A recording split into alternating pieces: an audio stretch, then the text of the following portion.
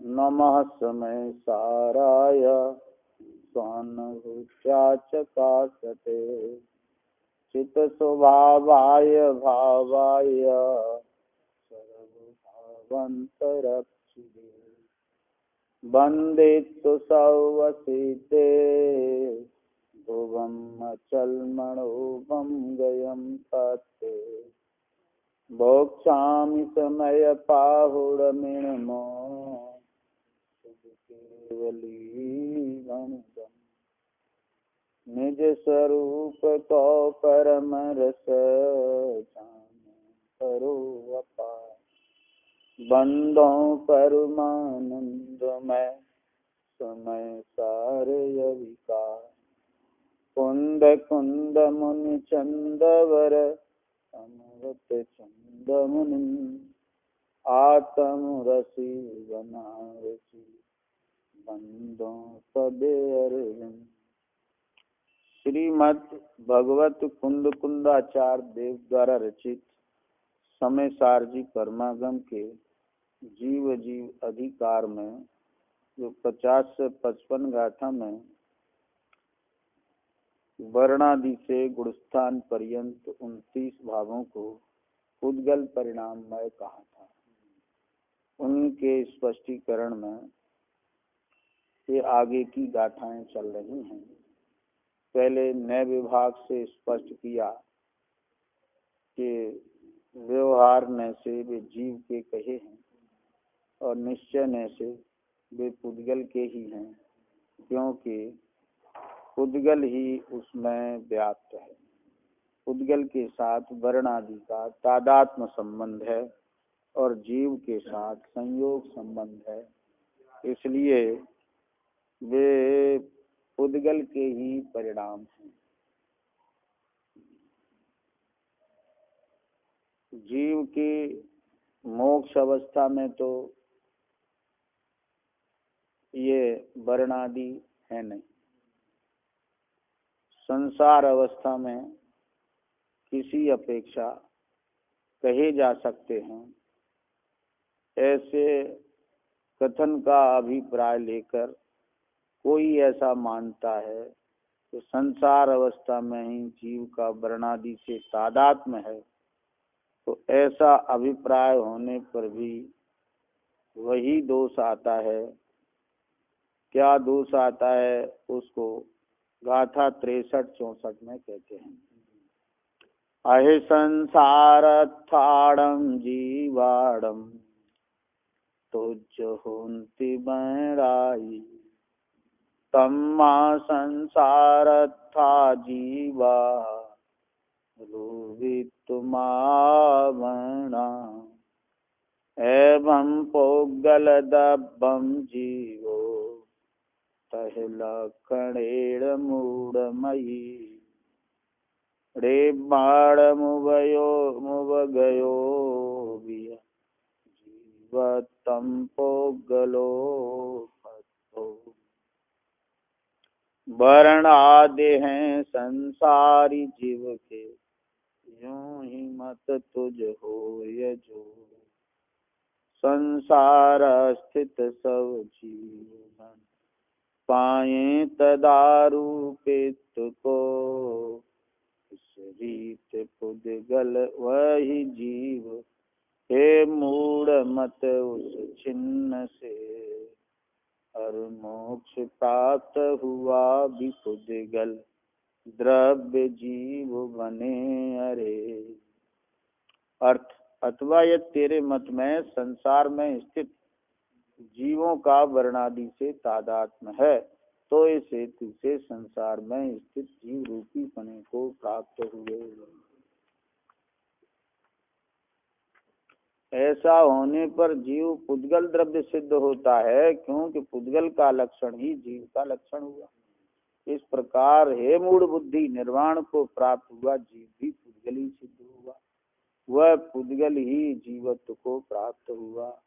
ठीक है, जिसके मतानुसार संसार अवस्था में जीव का वर्णादि भावों के साथ तादात्म्य संबंध का अभिप्राय है, उसके अनुसार वह जीव संसार अवस्था के काल में रूपी पने को अवश्य प्राप्त होता है। लेकिन रूपीपना तो किसी द्रव्य का असाधारण अर्थात अन्य द्रव्यों से भिन्न लक्षण है। इसलिए रूपीपने से लक्षित जो कुछ है वही जीव है और वह रूपीपने से लक्षित पुद्गल द्रव्य ही है। तो इससे सिद्ध होता है कि पुद्गल द्रव्य ही स्वयं जीव है, उससे अन्य कोई नहीं है। ऐसा होने पर मोक्ष अवस्था में भी पुद्गल द्रव्य ही स्वयं जीव सिद्ध होता है, क्योंकि जो नित्य अपने लक्षण से लक्षित है और सर्व ही अवस्थाओं में अविनाशी स्वभाव वाला होने से अनादि निधन है, वही द्रव्य है। अतः पुद्गल ही जीव है, इससे भिन्न जीव नहीं है।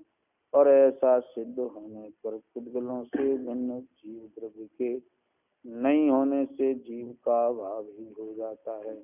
इसलिए यह निश्चित होता है कि वर्णादि भाव जीव नहीं है।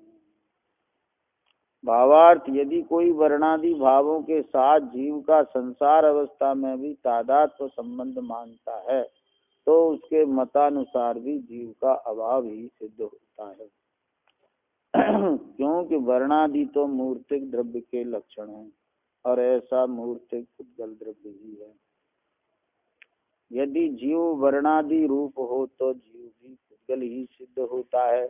अतः जब जीव का मोक्ष होता है तब वहाँ भी वह जीव पुद्गल ही सिद्ध होता है। ऐसी स्थिति में पुद्गल से भिन्न कोई जीव सिद्ध नहीं होता। इस प्रकार जीव का अभाव ही सिद्ध होता है, अतः वर्णादि जीव के नहीं है, यह निश्चय है।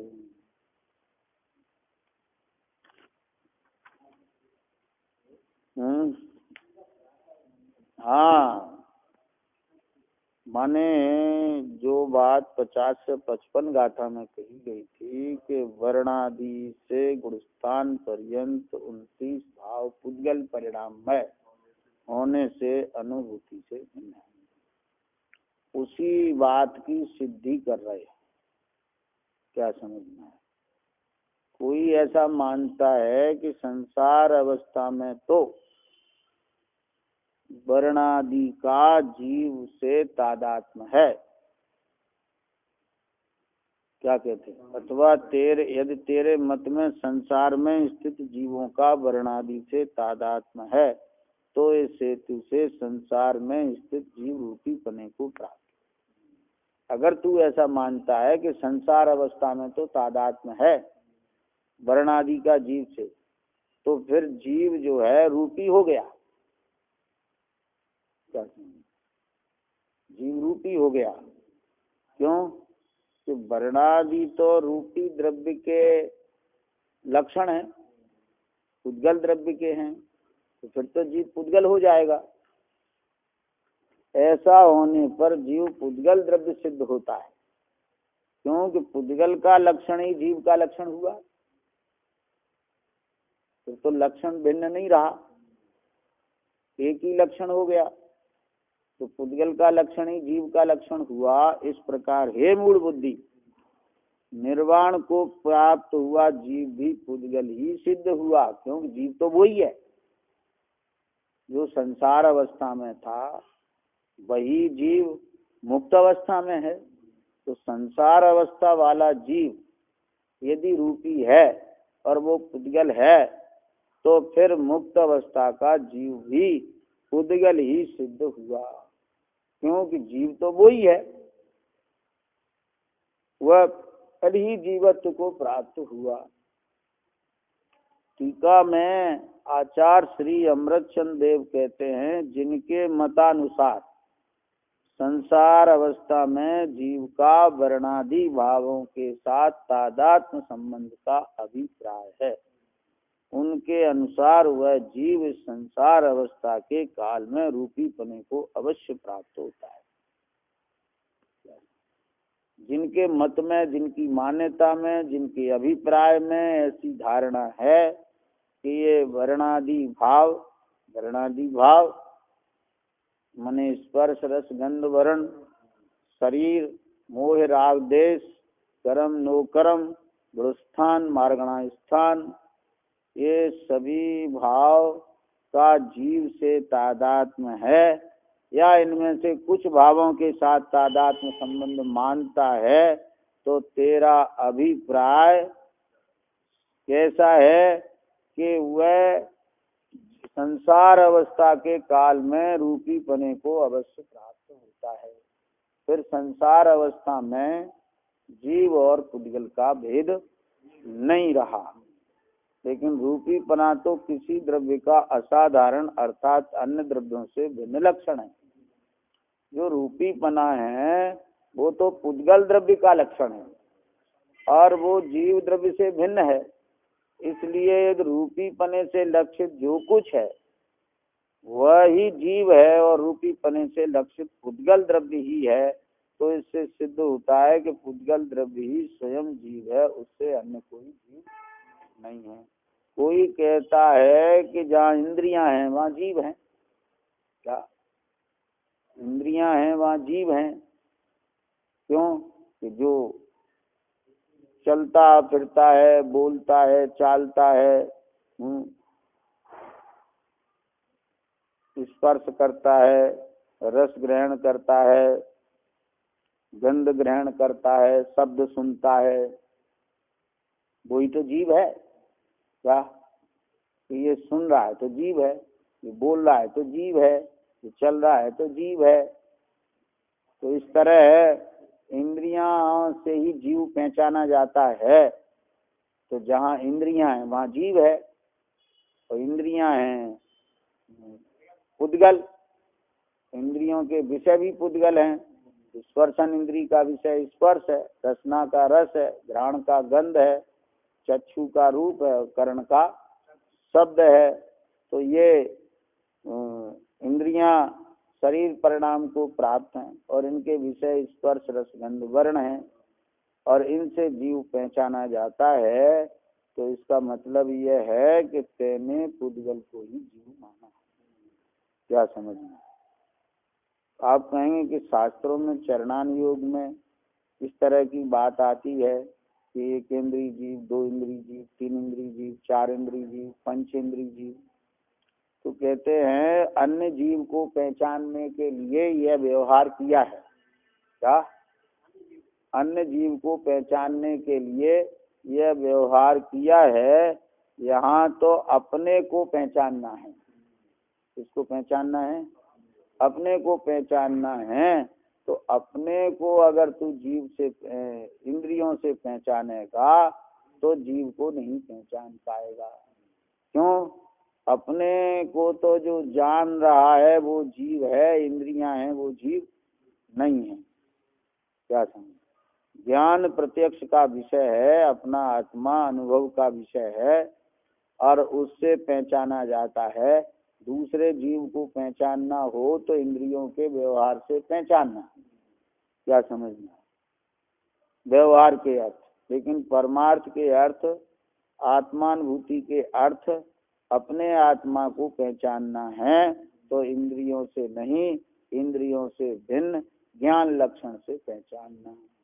अगर इंद्रियों से और इंद्रियों के विषय से अगर तुम पहचानोगे तो तेरी दृष्टि में वो जीव पुद्गल हो गया। पुद्गल द्रव्य ही स्वयं जीव है, उससे अन्य कोई नहीं है। फिर उस पुद्गल द्रव्य को तेने जीव मान लिया क्योंकि वे इंद्रियां तो पुद्गल द्रव्य हैं।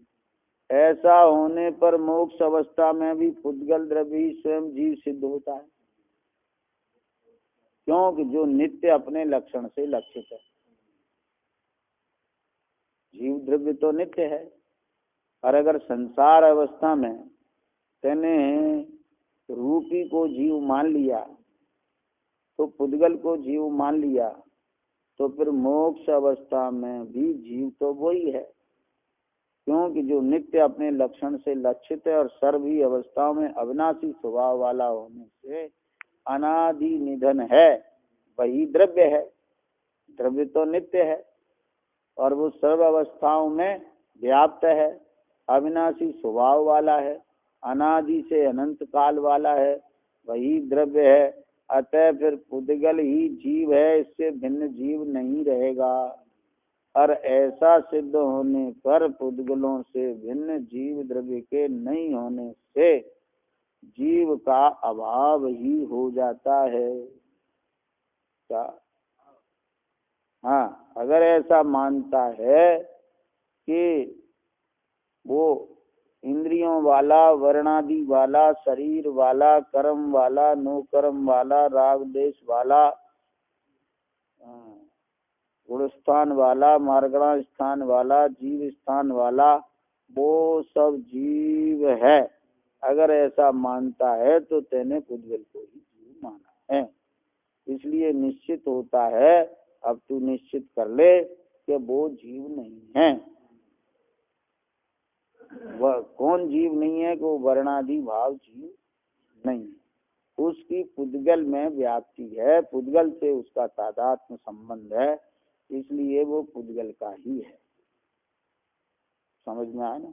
और कोई अपेक्षा नहीं लगाना कि वर्णादि भावों को, मोह राग देश को, पुरस्थान मार्गणा स्थान को जीव का कहा है क्योंकि वह पुद्गल का लक्ष्य लेकर हुआ है, अथवा त्रिकालिक ध्रुव स्वभाव नहीं है, ऐसी सारी अपेक्षाओं को यहाँ नहीं कहा गया है। इन अपेक्षाओं की जरूरत भी नहीं है। यहाँ सीधा सीधा ये बता रहे हैं कि पुद्गल से वर्णादि का तादात्म्य है। क्या समझ में? पुद्गल द्रव्य वर्णादि में व्याप्त है, इसलिए यह सोचने की जरूरत तो नहीं है कि जीव के भाव को पुद्गल का कहा है। ये तो अज्ञानी मानता है, वही तुम आरोप यहाँ आचार्य देव को लगाते हो कि जीव के भाव को पुद्गल का कहा है। अरे वे पुद्गल के भाव को पुद्गल का बता रहे हैं, जीव के भाव को नहीं बता रहे हैं। सावधान हो जाओ, जीव के भाव को पुद्गल का बताएंगे तो ये मिथ्या दृष्टि का लक्षण हो गया। क्या समझ में आया? हाँ, तो जीव के भाव को पुद्गल का, क्या समझ में आया? और कहा जाता है व्यवहार से, तो यहाँ तो कथन निश्चय से कहा है, निश्चय से वे पुद्गल के परिणाम हैं। व्यवहार ने से जीव के कहो तो ठीक, कोई बात नहीं है। संयोग संबंध की अपेक्षा से कहा जा सकता है, संयोग संबंध की अपेक्षा से कहा जाता है। वास्तव में वे वो वर्णादि में पुद्गल व्याप्त है, इसलिए वे पुद्गल के ही हैं। भावार्थ, दूसरी तर्क लगाने की जरूरत नहीं है, पुद्गल में व्याप्त है। भावार्थ, यदि कोई वर्णादि भावों के साथ जीव का संसार अवस्था में भी तादात्म्य संबंध मानता है तो उसके मतानुसार भी जीव का अभाव ही सिद्ध होता है। क्या तो संसार अवस्था में तो तादात्म्य है, अगर ऐसा मानता है तो उसने संसार अवस्था में जीव का अभाव कर दिया, तो जीव का अभाव कर दिया तो फिर मुक्त अवस्था में भी अभाव हो गया, क्योंकि वर्णादि तो मूर्तिक द्रव्य के लक्षण हैं। इसके लक्षण हैं, मूर्तिक द्रव्य के लक्षण हैं। और कैसे बताएं, कितना स्पष्ट कर रहे हैं। मूर्तिक द्रव्य के लक्षण है, ऐसा मूर्तिक द्रव्य कौन सा है? तो पुद्गल ही तो है। हाँ, वे पुद्गल के ही हैं, कहे हैं ऐसा नहीं लगाओ, पुद्गल के ही हैं। यदि जीव वर्णादि रूप हो तो जीव भी पुद्गल ही सिद्ध होता है। अगर जीव को वर्णादि मानते हो तो जीव पुद्गल हो गया। अतः जब जीव का मोक्ष होता है तब वहां भी वह जीव पुद्गल ही सिद्ध होता है। क्यों? जीव तो वही है। ऐसी स्थिति में पुद्गल से भिन्न कोई जीव सिद्ध नहीं होता। इस प्रकार जीव का अभाव ही सिद्ध होता है। इस प्रकार तेरी मान्यता में जीव का अभाव सिद्ध हुआ। अभाव तो होता नहीं है, जीव पुद्गल होता नहीं है। क्या समझ? पर अगर तू ऐसा मानता है तो तेरी मान्यता में, तेरे अभिप्राय में जीव का अभाव हो गया। तो फिर क्या निश्चय करना कि वर्णादि जीव के नहीं? क्या निश्चय करना? वर्णादि जीव के नहीं है, यह निश्चय है। वर्णादि से मतलब 29 हाँ, वर्ण रस गंध स्पर्श कर्म नुकर्म और उनकी अवस्थाएं, अनुभाग स्थान, स्थिति बंध स्थान, गुण स्थान, मार्गणा स्थान जो बताए हैं 50 से 55 गाथा में, वो सभी के सभी जो है वे सभी के सभी पुद्गल द्रव्य के परिणाम हैं, जीव के परिणाम नहीं है, ऐसा ही निश्चय करना। इस प्रकार इन दो गाथाओं की चर्चा हुई, 63 और 64।